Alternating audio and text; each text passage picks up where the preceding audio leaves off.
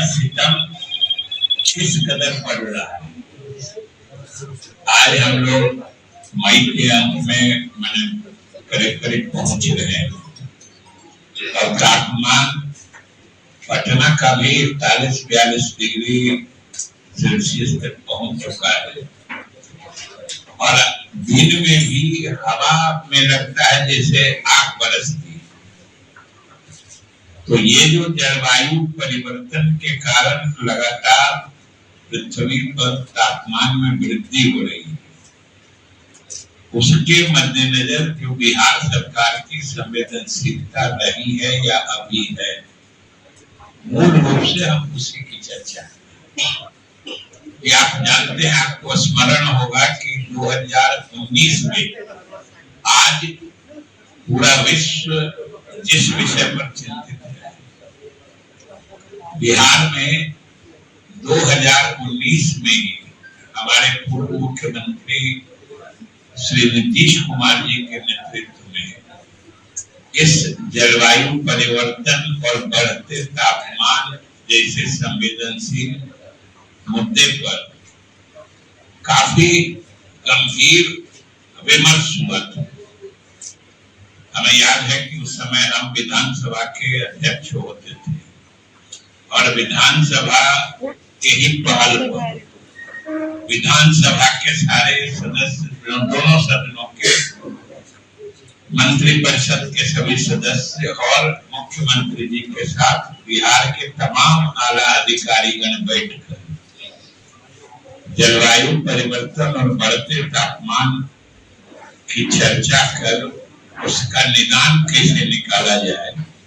इस विषय पर गंभीर चर्चा हुई और आपको याद आ जाएगा कि उसी चर्चा का परिणाम था कि बिहार सरकार ने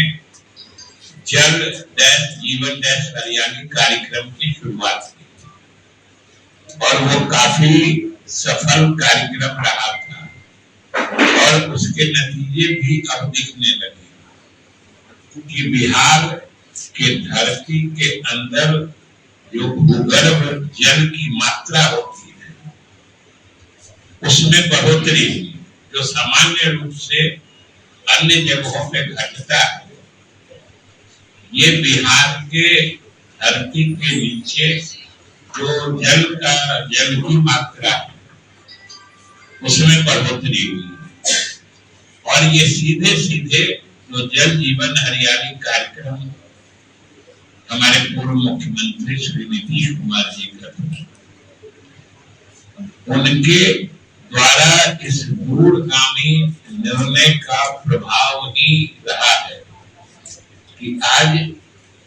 इस तरह की स्थिति उत्पन्न हुई।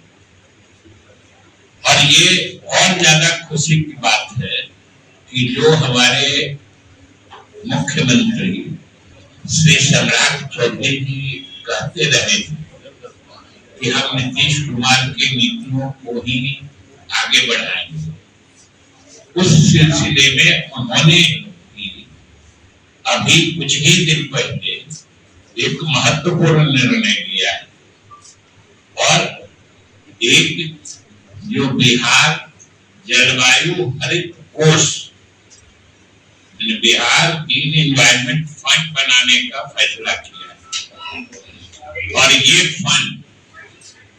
बाकी तो जो आगे बिहार में हरित आवरण बढ़ाने के लिए तो काम करेगा, ये उससे भी बड़ा संकेतक है, सूचक है कि सरकार इस मुद्दे को कितनी गंभीरता से ले रही है और उस कोष के लिए निधि भी लगातार उस कोष में आते रहे या उस कोष में पैसे का इंतजाम सही ढंग से होता रहे, इसके लिए भी सरकार ने निर्णय ले लिया है कि जितने काम करने वाले जैसे जल संसाधन विभाग है, ग्रामीण कार्य है, पथ निर्माण है या दूसरे जितने वर्क्स डिपार्टमेंट कहे जाते हैं, जितनी भी निविदाएं या एग्रीमेंट हो उनमें 0.25% सेस लगे, वो लगातार जाए स्वयं जाएगा उस क्लाइमेट फंड में जो जलवायु से संबंधित हरित जलवायु निधि मतलब वो कोष जो बना है उसमें जाएगा। इसी तरीके से जो माइनिंग की रॉयल्टी होती है, खनन में जो रॉयल्टी आता है उस पर आधे प्रतिशत का मतलब 0.5% का सेस उस पर लगेगा, वो भी सीधे उस कोष में चला जाए। और जैसे गाड़ियों का रजिस्ट्रेशन जो होता है ट्रांसपोर्ट डिपार्टमेंट, नई गाड़ियों का, उसके रजिस्ट्रेशन पर पूरे 1% का सेस लगेगा। और इसके अलावा जो स्वैच्छिक लोग अपने मन से उस कोष में इस पृथ्वी को बचाने के लिए, पृथ्वी पर हरित आवरण बढ़ाने के लिए जिन लोगों की इच्छा होगी अपने व्यक्तिगत निधि से भी वो दे सकते हैं, अपने स्वेच्छा से भी अंशदान कर सकते हैं उस कोष के लिए। और जो CSR होता है, कॉर्पोरेट सोशल रिस्पॉन्सिबिलिटी, कॉर्पोरेट घरानों का जो सामाजिक दायित्व के काम होते हैं, उसके तहत भी वो इस कोष में अंशदान दे सकते हैं। इसलिए ये बहुत बड़ी पहल है और ये सरकार की आज की जो ज्वलंत समस्याएं हैं, और अभी ये हम सबको समझना चाहिए, ये इस प्रदेश ही नहीं, अपना हिंदुस्तान देश ही नहीं, पूरा विश्व इस समस्या से जूझ रहा है। और लगातार इस पर अंतरराष्ट्रीय सम्मेलन हो रहे हैं और उसमें अनेक निर्णय लिए जाते हैं कि पृथ्वी पर तापमान को कैसे नियंत्रित किया जाए। देखा होगा अभी मई का महीना है और अपने ही देश के एक जगह बगल में